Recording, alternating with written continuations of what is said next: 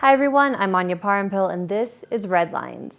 My guest today is Ollie Vargas. He's a journalist with Causachun News in Bolivia. We're here in La Paz, the political capital of the country, not the official capital. That's a story for another day.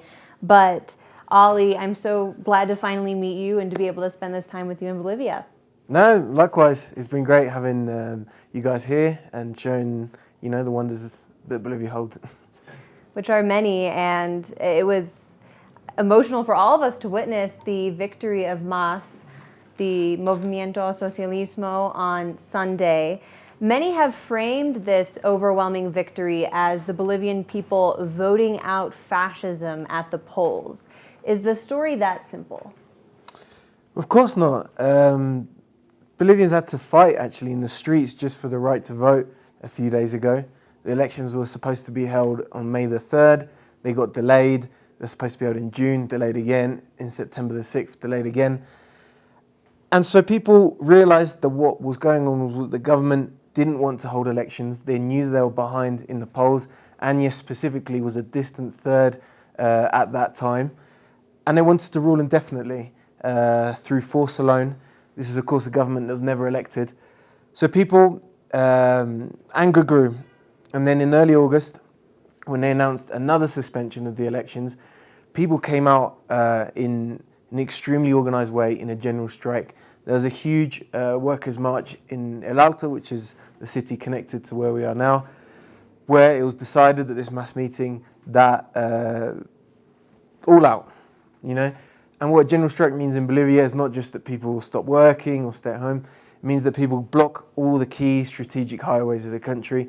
And this took place in every single department, every single region, campesino groups, the indigenous groups, the sort of Workers' Union Federation, which is the COB, the Central Obrera Boliviana.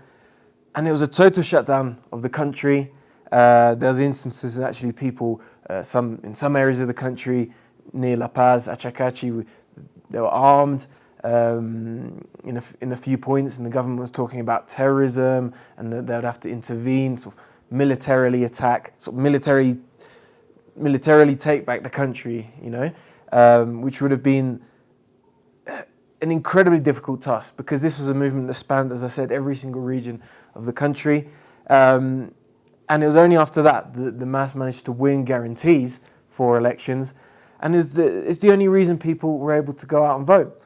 During that movement, in fact, there were even more radical sections outside the MAS who were calling for the immediate overthrow of the government. But the MAS, especially Evo Morales, was very clear that, we want to take power peacefully. We'll use the social struggle to get there. But, we're from the culture of peace and we want to get to power like we did in 2005 through elections.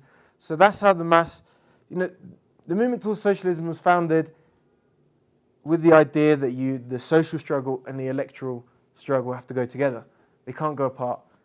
Because throughout Latin American history, you've had social struggle without electoral participation, guerrilla groups, this sort of thing. And that has led to victory in very few places. In a lot of places like Colombia, it's led to protracted civil wars, repression, etc. But likewise, if you just take an electoral approach without that social base, without that social struggle, well, you'll go the way of a million left-wing parties that you have in every country around the world. Maybe you do well, 1 or 2 elections, disappear a couple of years later. And that's the history of the Bolivian left as well. There's numerous left-wing parties that have done very well electorally, didn't win, but then disappear a few years later.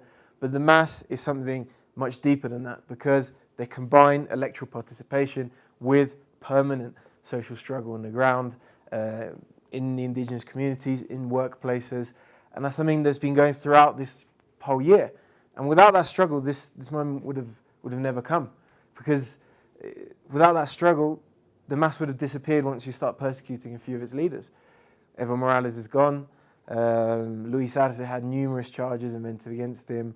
The leading Senate candidates were being persecuted. If the MAS was just an electoralist party, it would have disappeared with that. Gone into hiding, gone the way of many parties in Latin America that have gone extinct. And last year's coup, which brought the Anyas government into power was legitimized largely by a report put forward by the Organization of American States, which accused Mas of voter fraud. That report has been debunked by several institutions, including MIT. But how did Sunday's results specifically damage that report's credibility even more? So many ways. I mean, Evo Morales won last year with just over 10%, so 10.3, 10.4, something like that. And that was called electoral fraud. And now Luis Arce has won with well over 20%, up to 30% it could reach by the end of today. And we have the official results maybe tomorrow.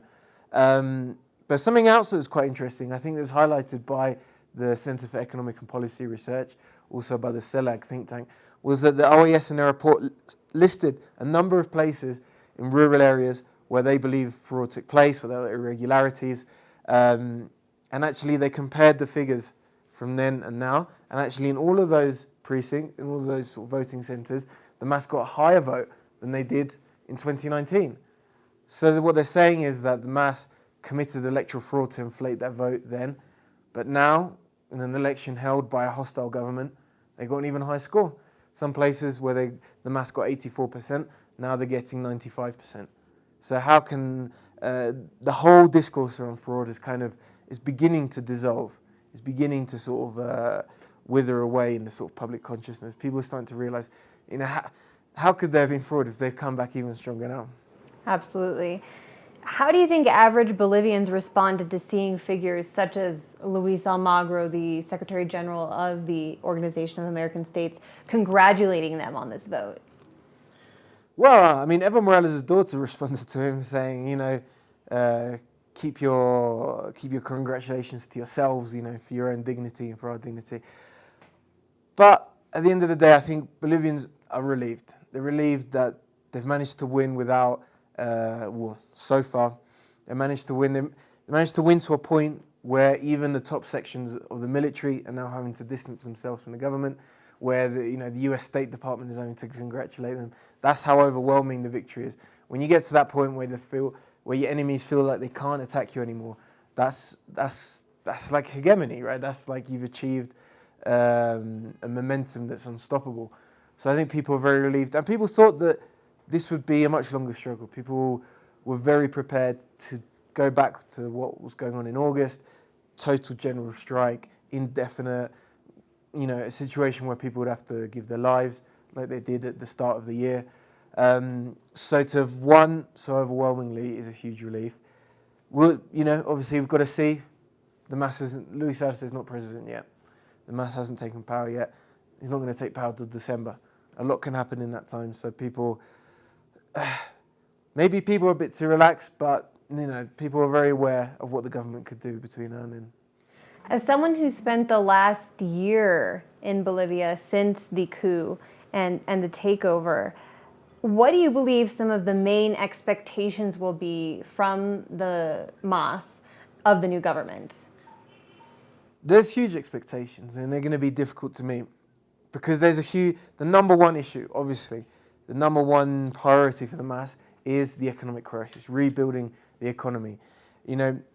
For 14 years, Bolivia went from being the poorest country in the region into its fastest growing economy through the economic model built by Luis Arce when he was economy minister, which includes the nationalization of natural resources, and not just natural resources, but strategic industries, and then using those profits to invest in infrastructure, state development, social welfare programs, things like this.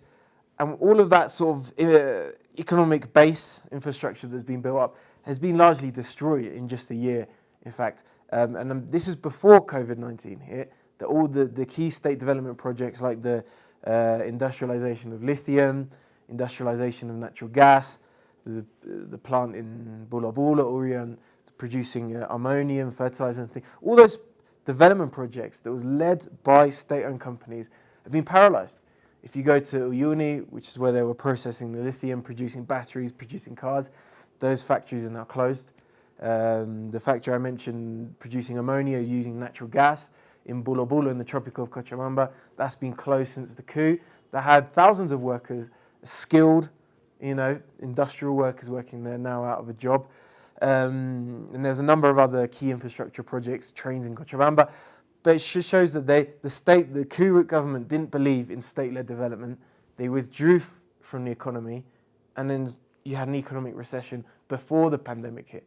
Then the COVID-19 hit, and then they used it. They saw the political opportunities of keeping everyone locked at home, and they jumped at it, and they imposed a sort of total lockdown, rigid lockdown when there was only 1 or 2 cases in the country. But they didn't provide any economic support for the majority of the country that works in the informal economy. You know, if you work in the informal economy, you aren't going to have an employer that's paying you or that can offer some sort of payment during this time. If you're someone who works in a market and then suddenly no one's allowed to come to the market, you go hungry. And the government didn't provide any support for those people. So then what happens? Consumer demand disappears. What happens after that? Small businesses, economic activity disappears. And now you get to where we are now, where unemployment has more than tripled. By July, unemployment had tripled. So by now, it would be an even higher amount. So there's an extraordinary economic crisis going on. I should mention as well that the key state industries in gas and lithium as well have been stripped bare. So it's going to be a huge task rebuilding that. And that's the main reason that the MAS won. It's the main reason. There's obviously a cultural, identitarian allegiance to the MAS. But the main reason was that people had the experience. However much the media in this country would attack the MAS or portray the economic growth of the past few years as illusory, the fact is that people lived it in their actual lives. So however much you lie, however much propaganda there is, you can't break people's actual experiences. And compare, people also have experience to when Carlos Mesa was in government. Carlos Mesa was the main right-wing candidate, pro-coup candidate in this election, and he was the president 2003 to 2005. So a majority of voters in this country experienced what he was like in government. They experienced the moments when he had to take out loans from the IMF to pay teachers' salaries. That's an awful situation to be in. You know, if you're a private individual, you have to take out loans from the bank just to pay your bills or pay your rent. That's a very bad situation. It's one thing to take out loans to maybe set up your own business or something. That's an investment, and that's what was happening in the government of Evo Morales. They accused him of being in the pocket of China or Russia for taking out loans of China. But those loans were for infrastructure investment, for investment in these sort of key state development projects, factories, industries, something that brings a return to Bolivians. Whereas what Carlos Mesa was doing was taking out loans just to pay the basic costs of the state. That's an incredibly economically disastrous position to be in. So people have lived through that. So however much spin, however much media, propaganda there is, people have lived it in their daily lives. And I imagine some sort of truth and reconciliation for the crimes committed by this coup government will be a major part, or at least a desire, an expectation of the people after MAS takes power.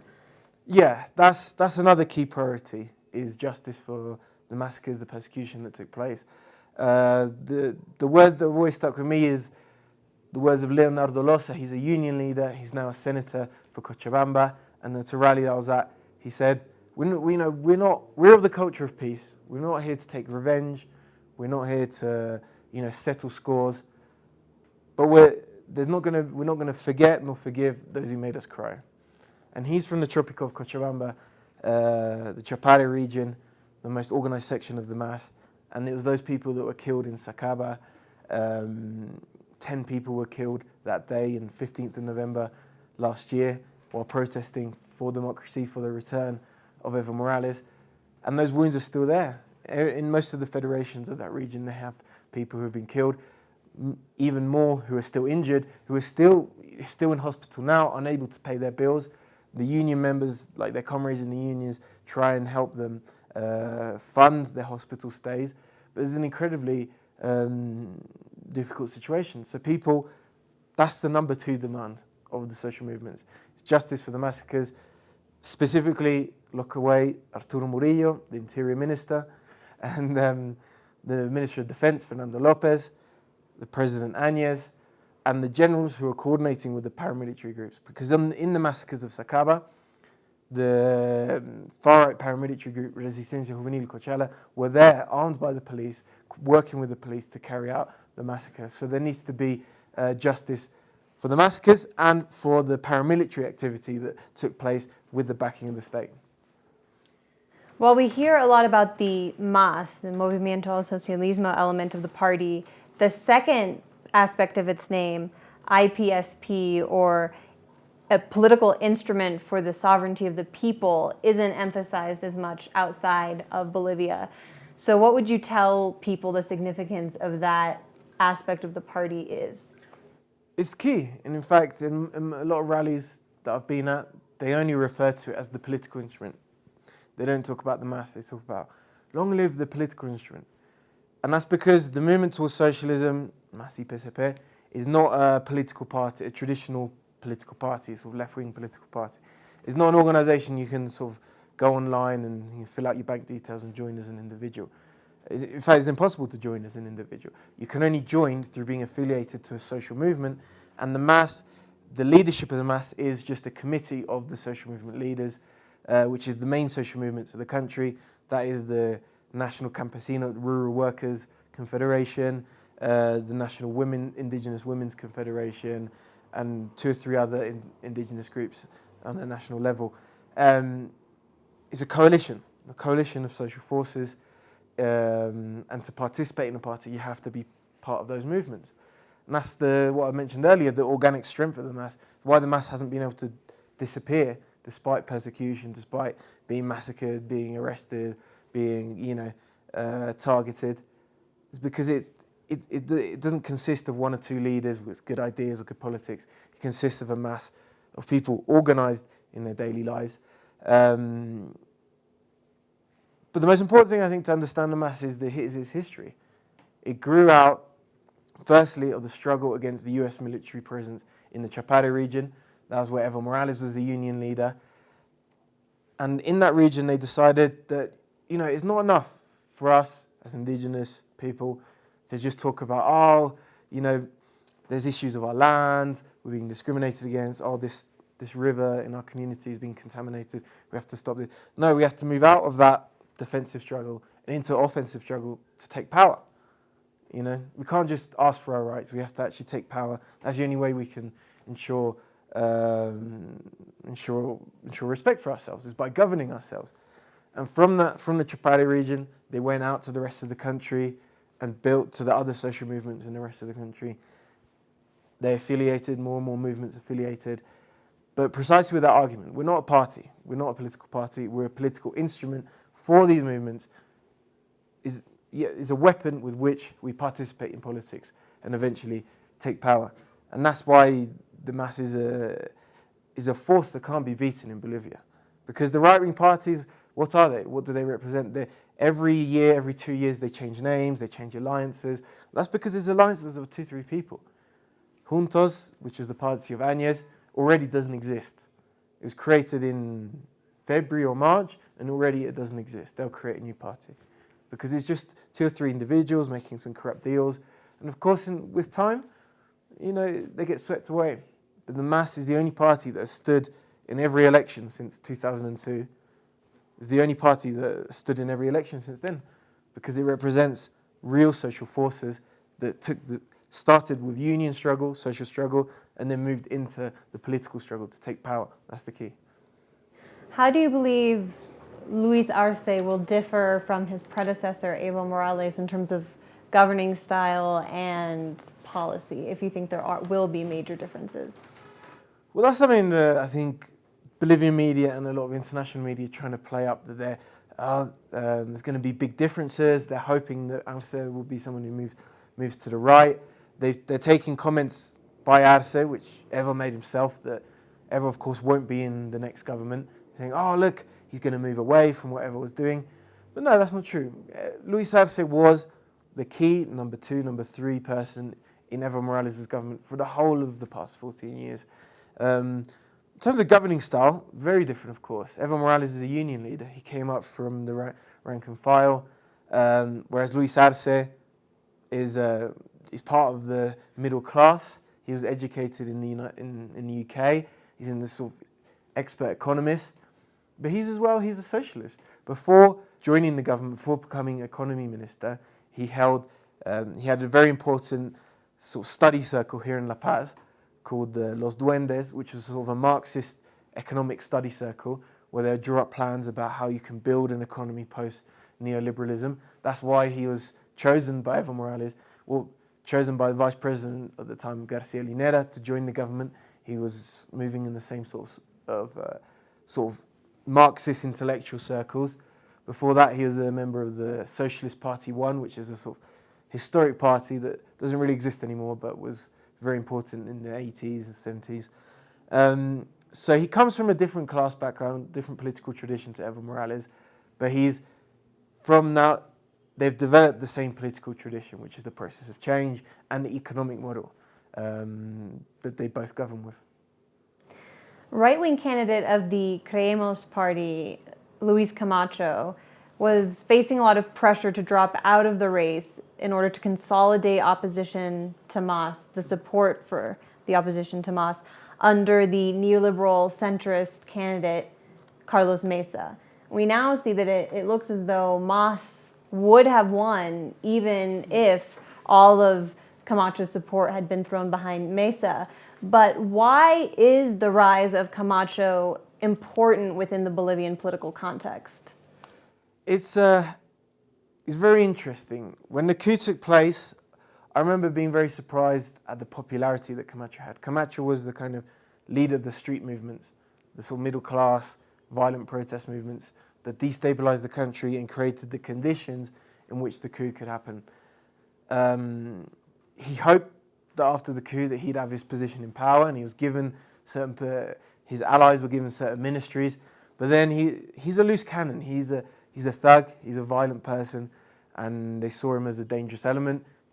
They pushed him out of the government, and now he took this like very confrontational stance as like, oh, we're the real sort of revolution, we're the real sort of right-wing forces in the country, these people are a bunch of sellouts.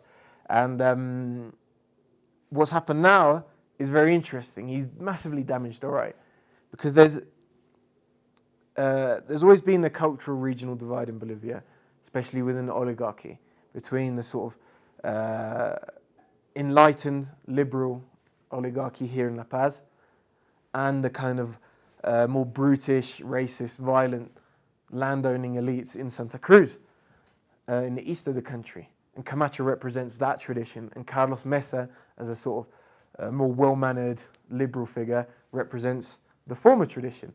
I guess it's similar to the United States, where you have, as I understand it, sort of coastal elites that, you know, maybe look at the oligarchy in different parts of the country and see them as sort of brutish and thuggish and things like this. So the rise of Camacho has destroyed the kind of right-wing unity that existed at the time of the coup, and the fact the election results showed that he won Santa Cruz with a landslide, and Carlos Mesa got 17% in Santa Cruz. So that has destroyed the possibility of a united right-wing opposition. Now they're just divided culturally, regionally into two blocks, and that will massively benefit the mass. While the people have won a massive popular victory here in Bolivia, the same military and the same police responsible for last year's coup and the subsequent violence are still in place. How can Arce and the MAS begin to confront that issue? It's going to be the most difficult question, obviously. At this moment, at the time of filming this interview, obviously, Luis Arce is not going to be wanting to say anything. The military and the police are in charge of this transition. Luis Arce is not in power till December, so they're going to be very careful to not trigger another coup, a second coup. That's been a threat throughout this whole year, the possibility of a kind of Fujimori-style self-coup. But I think we're seeing something quite interesting going on in the military and the police. I think I mentioned earlier that the chief of the military, Sergio Orellana, who's someone who was promoted by Áñez because he was a right-wing loyalist, he released a letter attacking Arturo Murillo. Apparently he made some sort of derogatory comment. But that's not the issue. The issue is looking for something with which to attack the government, distance himself, and to try and curry favour with the mass. I don't think the mass are very aware about what his role is, and they'll be wanting to reorganise that. There are sections of the military that are very pro-mass, factions that are very, very... I myself witnessed when we were travelling with a Senate candidate, Andrónico Rodriguez, military checkpoints around the Tropico of Cochabamba. We get stopped, and the routine is that they search a car, and then the soldier would come up and be like, "Oh, you're Andronica." And we'll be like, be nervous. "We're going to win." He's hold his hands out. That was the kind of attitude there was amongst large sections of the rank and file of the military. So I think there's a base on which they can build a new military. And I think people would be demanding that. The police is a much more difficult issue because the police is massively corrupt. That's true before Evo Morales, during Evo Morales, and even more so now. Police is massively corrupt, essentially apolitical, and will move to the side that sort of funds them. As in the coup last year, it was revealed that Camacho's father, who's a millionaire, was the one that was offering bribes to the police to turn against Evo Morales. That will have to be restructured. Maybe that will happen naturally. Just today it was announced that the chief of police, Ivan Rojas, who's the person that appeared on TV every time a mass figure was arrested, he'd appear on TV sort of boasting about it, like, we're cracking down. He just decided to take his annual holiday. He requested his annual holiday. It's been granted. Who knows where it'll go? Maybe somewhere with a beach. I wanted to talk about one of the players in the media, which has influenced a lot post-coup in Bolivia, because in the lead up to the election, when some electoral observers invited by the government from Spain arrived in the country, they were actually effectively doxxed online. Not only were their names and their personal information released, but the photos actually taken of them when they were at the border by Bolivian migration were published online. And it was specifically in this outlet, OK Diario. I'm wondering who exactly is behind that outlet, because that suggests there's very close coordination between it and the coup government. Yes, so OK Diario is a magazine in Spain run by leading figures of a party called Vox, which is a sort of neo-Francoist, neo-fascist organization, which sort of burst onto the political scene a few years ago in Spain. There's been a long-standing relationship between Vox, sort of neo-fascist forces in Spain, and Latin America, not just Bolivia. They've had people go to Venezuela, meeting with Juan Guaido, Nicaragua, and Bolivia has been a key base for them. They've been paid guests of Murillo. And the most important sort of piece that they've had here is a journalist called Alejandro Entrambasaguas, who's this kind of crazy sort of young far-right journalist who shot to fame actually a couple of years ago when he was actually investigated for sort of harassing Pablo Iglesias' wife while she was pregnant, and he had a number of lawsuits around that. Then he came to Bolivia. Just after the coup, he came to Bolivia and was a kind of mouthpiece for the government. And what was really odd, it was not just that he was a sort of propaganda sort of person, activist, but that actually the state was feeding him exclusives, sort of raw information that they themselves didn't want to publish, and that Bolivia's mainstream media didn't want to publish, but they'd feed it to him, or fabricated evidence that they'd concocted in the police stations and things like this. They feed it to him, publish it through him, because of course, once the mass won again, a foreign outlet can't be tried for things like defamation or fake news. So there was a very clear relationship between Arturo Murillo, the Interior Ministry, and this Spanish magazine, Vox. And they pumped out a number of lies throughout this whole time. One, they said, against Leonardo Losa, the candidate I mentioned earlier, this journalist wrote a story about how, he thinks that they should replace the picture of Jesus with Evo Morales on religious marches. It's complete fabrication. He accused a mass lawmaker of having offshore accounts in Panama because he found an account with the same surname, but there was absolutely no relation, and the candidate proved that. But that hasn't stopped him. He was hugely popular in the Bolivian media. He'd be brought on as a guest on all of the mainstream media channels. He filed a number of lawsuits, which is a very strange thing to do, to go to another country which is not your own and just file out lawsuits against each and every person that you don't like. So there's, as I said, there's a strategy, there's a coordinated strategy by fascist forces in Spain to intervene in Latin America. They hosted Juan Guaido when Juan Guaido was in Spain. So I think it's something to keep an eye on. It's something that could deepen. In fact, in a lot of countries, they'll be hoping to sort of build their links. I'm sure there was a financial relationship between the Bolivian state and the party and Vox. So I'm sure they'll be looking to get their hooks into other countries as well. I suppose it sums it up that it's not only the colonial Spain, but the fascists from that country. I should add that there's a colonial element to this. Because Vox is an organization that does not refer to Latin America. They call it Hispano-America, as if it's part of their backyard, So there's certainly a colonial approach to this. And in fact, just a couple of days ago, this journalist, Entre Ambas Aguas, was on a Zoom sort of event amongst the far right in Spain, where he's talking about how, well, the MAS only won because their supporters have zero intellectual capacity, they've never seen a phone, or they've never had internet, which is not true, by the way. Internet is available throughout the country. But, this was the stereotypes he had, this was how he viewed Bolivian people, and that was what he was trying to do as a journalist in Bolivia. One thing we've certainly noticed since arriving in Bolivia is that all of the media on television is pro-coup regime, pro-coup government. Do you think that will change now that MAS is staged to come back? Difficult, because this, as much as the right would say, Evo's a dictator, or even Western media would say he's authoritarian, the fact is that throughout Evo Morales' government, the media was the same. It was the same outlets, the same media, same journalists. At least before, there was a couple of state outlets that presented the government's point of view. That doesn't exist anymore. But all of the private media has always been extremely far to the right throughout Evo Morales' government, and he never persecuted those media outlets, never jailed any journalists.